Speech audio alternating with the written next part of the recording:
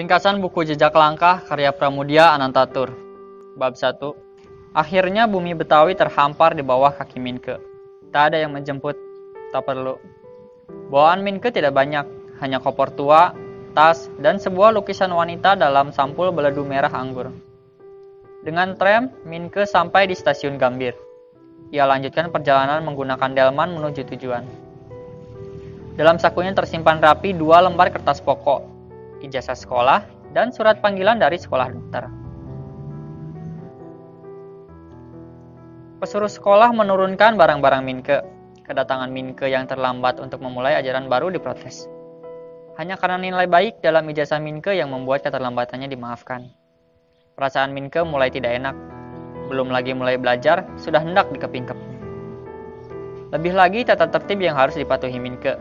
Sebagai siswa Jawa, harus berdestar, baju tutup, kain batik, dan cakar ayam. Tak boleh beralas kaki. Surat perjanjian ditandatangani Minke.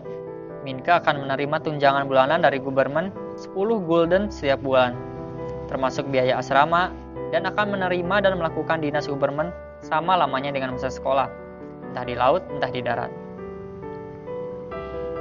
Baru saja Minke meletakkan barangnya di bawah ranjang asramanya, penghuni-penghuni lain sudah datang merubuh. Seorang peranakan menendang koper Minke menghinakan.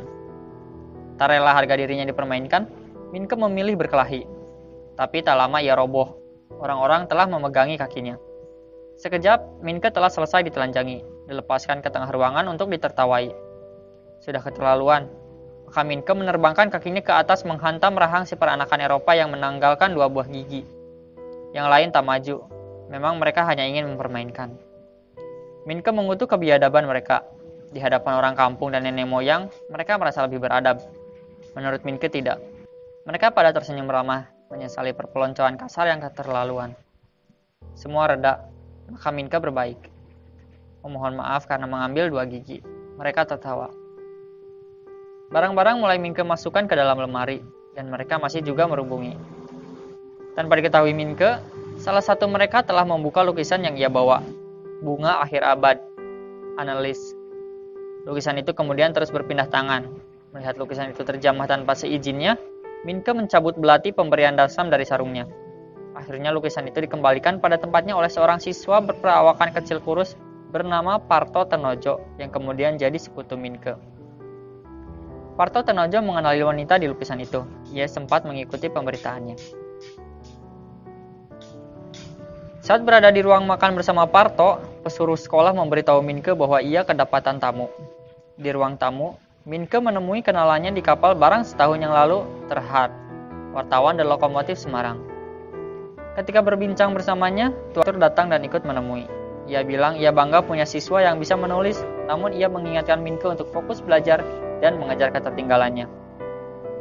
Terhad memohon pada Tuan Direktur untuk memperpanjang keterlambatan Minke barang 1-2 hari yang mungkin tidak akan masalah untuk studinya. Minke ingin diajaknya menemui anggota Tweedkammer Tuan Insinyur H. van Collewijn, Dewa Kaum Liberal. Pertemuan itu akan dilakukan di The Harmony dengan undangan terbatas. Belum juga mulai belajar, Minke sudah diganggu dengan acara pribadinya. Namun karena Tuan Direktur juga merasa bangga siswanya bertemu dengan anggota Tweedkammer, ia memberi izin.